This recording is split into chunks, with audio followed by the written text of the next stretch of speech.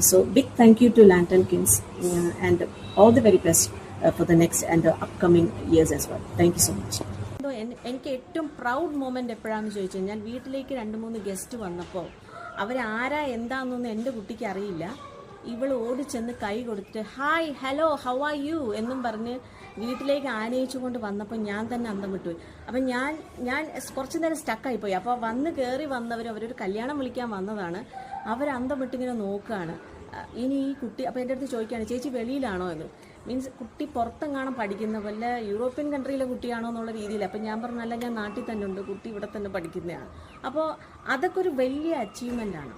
അത് തന്നെയാണ് എനിക്ക് ഈ സ്കൂളിനെ കുറിച്ച് കൂടുതലും സംസാരിക്കുന്നത്. ഒരു ദിവസം കൊണ്ടൊരു മിറാക്കിൾ സംഭവിക്കില്ല എന്ന് ആദ്യം തന്നെ ഷമ്മ പറഞ്ഞിരുന്നു. സ്റ്റാൻഡേർഡിനെ കുറിച്ച് ആദ്യമായിട്ട് കേൾക്കുന്നത് എൻ്റെ ബ്രദറിൻ്റെ കുട്ടിയെ ചേർത്തത് എന്നുള്ളതാണ്. ഞാൻ ആക്ച്വലി അവരുടെ വീഡിയോസ് കണ്ടിട്ട് സ്റ്റാറ്റസ് ആയിട്ട് കണ്ടിട്ടാണ് ഞാൻ ലാൻഡൺ എന്താണെന്നും ലാൻഡണിൽ എന്തൊക്കെയാണ് കരിക്കുലം എന്നൊക്കെ ഞാൻ ചോദിച്ചു മനസ്സിലാക്കുന്നത്. അപ്പൊ അത്രയും വലിയൊരു ജേർണി, ഒരു വലിയ ജേർണി തന്നെയാണ് അവളെ സംബന്ധിച്ച്. കാരണം ബിഗ് സീറോയിൽ നിന്നാണ് അവൾ സ്റ്റാർട്ട് ചെയ്തത്. അതിന് ഞാൻ എത്ര നന്ദി പറഞ്ഞാലും ഒന്നും ആവില്ല. സോ പക്ഷേ നന്ദി പറയാതിരിക്കാൻ പറ്റില്ല. So big thank you for all the teachers, specially Shama ma'am, London kids. ഇതുപോലെ ഒരുപാട് കുട്ടികൾക്ക് പ്രചോദനമാകണം. ഇതെല്ലാ ദിവസവും എഴുന്നേറ്റ് കഴിഞ്ഞാൽ വേഗം തന്നെ പ്രിപ്പയർ ചെയ്ത് പോകാനുള്ളൊരു ഇൻട്രസ്റ്റ്. ഞാനും വിചാരിച്ചു എന്താണ് ഇത്രയും വലിയൊരു സംഭവം അവിടെ നടക്കുന്നത്. ഇപ്പം എല്ലാവർക്കും വീട്ടിലിരിക്കാനും TV കാണാനും ആയിരിക്കുമല്ലോ ഇൻട്രസ്റ്റ്.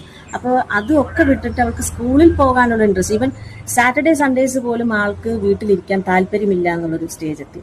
അതുപോലെ ഈ ചെറിയ കുട്ടിയുടെ പ്ലേ ക്ലാസ് എന്ന് പറയുമ്പോൾ നമ്മൾ എല്ലാവരും ചിന്തിക്കുന്നത് എന്താണ്, പ്ലേ ക്ലാസ്സിലൊന്നും പഠിപ്പിക്കാനില്ലല്ലോ, വെറുതെ കുട്ടികൾക്ക് എന്തെങ്കിലും കളിക്കാൻ കൊടുക്കുക, അവിടെ ഇരുത്തുക, അതൊന്നുമല്ല. അവർക്കൊരു കരിക്കുലം ഉണ്ട്. ലൈക്ക് അവർക്ക് GK ഉണ്ട്, സബ്ജക്ട് വൈസ് ആണെങ്കിൽ അവർക്ക് GK ഉണ്ട്, പിന്നെ റൈംസ് ഉണ്ട്. എൻ്റെ കുട്ടി വന്ന് പാട്ടൊക്കെ പാടും. ലൈക്ക് ഞാൻ ചോദിക്കുന്നത് എന്താ പഠിപ്പിച്ചത്, പാട്ട് പഠിപ്പിച്ചു എന്ന് പറയും. പാട്ടായാലും മലയാളമായാലും ഇംഗ്ലീഷ് ആയാലും അവർ പാട്ട് പഠിക്കും.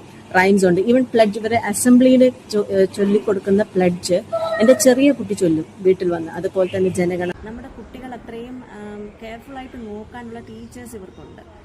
അതുപോലെ തന്നെ ആയാലും ഡ്രൈവർ നമ്മളെ വാനിൽ കൊണ്ടുവരുന്നവരായാലും അത്രയും കെയർഫുൾ ആയിട്ടാണ് കുട്ടികളെ ഹാൻഡിൽ ചെയ്യുന്നത്. അപ്പോൾ അതുപോലെ തന്നെ ഇവരെ വാട്സാപ്പ് ഗ്രൂപ്പിൽ ഇടുന്ന ഇവരുടെ ഫോട്ടോസും ഇവരുടെ ആക്ടിവിറ്റീസും ഒക്കെ കാണുമ്പോൾ എനിക്ക് മനസ്സിലായി തുടങ്ങി എന്തുകൊണ്ടാണ് എൻ്റെ മോൾ ഇത്ര വലിയ ഇൻട്രസ്റ്റ് കാണിക്കുന്നത്. ഇവൻ്റെ ഒരു ഹോളിഡേ, ഒരു പബ്ലിക് ഹോളിഡേ വന്നാലും ആൾക്ക് കരച്ചിലാണ് സ്കൂളിൽ പോകാൻ വേണ്ടിയിട്ട്. അത് നമ്മൾ സമാധാനിപ്പിച്ച് ഇന്ന് സ്കൂളില്ല എന്ന് ഉറപ്പുവരുത്തി. പിന്നെ അതുപോലെ തന്നെ എൻ്റെ മൂത്ത ആൾക്കൊരു എന്തെങ്കിലും ഒരു അസുഖം വന്ന് അവളൊന്ന് ലീവായാലും എനിക്ക് ടെൻഷനാണ്. ഈ കുട്ടി ഒറ്റയ്ക്ക് പോകാൻ ഇൻട്രസ്റ്റ് കാണിക്കുമോ? ഒരു കുഴപ്പമില്ല, ആൾക്ക് ഭയങ്കര ഇൻട്രസ്റ്റാണ്. ആര് വന്നാലും വന്നില്ലെങ്കിലും അവൾക്ക് പോകണം എന്നുള്ളത് തന്നെയാണ്.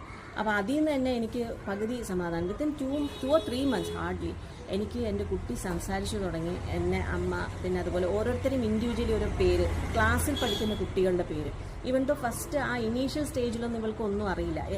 ഫ്രണ്ട്സ് ഉണ്ടോ എന്നൊക്കെ ചോദിക്കാം. ഫ്രണ്ട്സ് എന്ന് പറയുന്നല്ലാതെ ആരുടെയും പേരറിയില്ല. പക്ഷേ നിങ്ങൾക്ക് പറഞ്ഞാൽ വിശ്വസിക്കുമെന്ന് എനിക്കറിയില്ല, ഇവരുടെ ക്ലാസ്സിലെ കുട്ടികളുടെ മാത്രമല്ല, ഇവൾക്ക് അവിടെയുള്ള എല്ലാ ക്ലാസ്സിലെയും കുട്ടികളുടെ പേരറിയാമെന്നുള്ളത്, ടീച്ചേഴ്സിൻ്റെ പേര്, എല്ലാവരുടെയും പേരറിയാം. കഴിവുള്ള കുട്ടികളെ മാത്രമേ അവർ മുമ്പോട്ട് കൊണ്ടുവരൂ. പക്ഷെ ഇവിടെ അങ്ങനല്ല. ഇവിടെ അവരവരുടെ ഇഷ്ടത്തിന് അവർ പഠിപ്പിക്കും. അറ്റ് ദ സെയിം ടൈം എന്താ പറയുക, അവർ കളിക്കുന്നതിൽ നിന്നും അത് മാറ്റി നിർത്തിയോ ആ കുട്ടി ഒട്ടും കളിക്കുന്നില്ല, അതിനെ മാറ്റാം എന്നുള്ളൊരു ആറ്റിറ്റ്യൂഡ് അവർക്കില്ല. പിന്നെ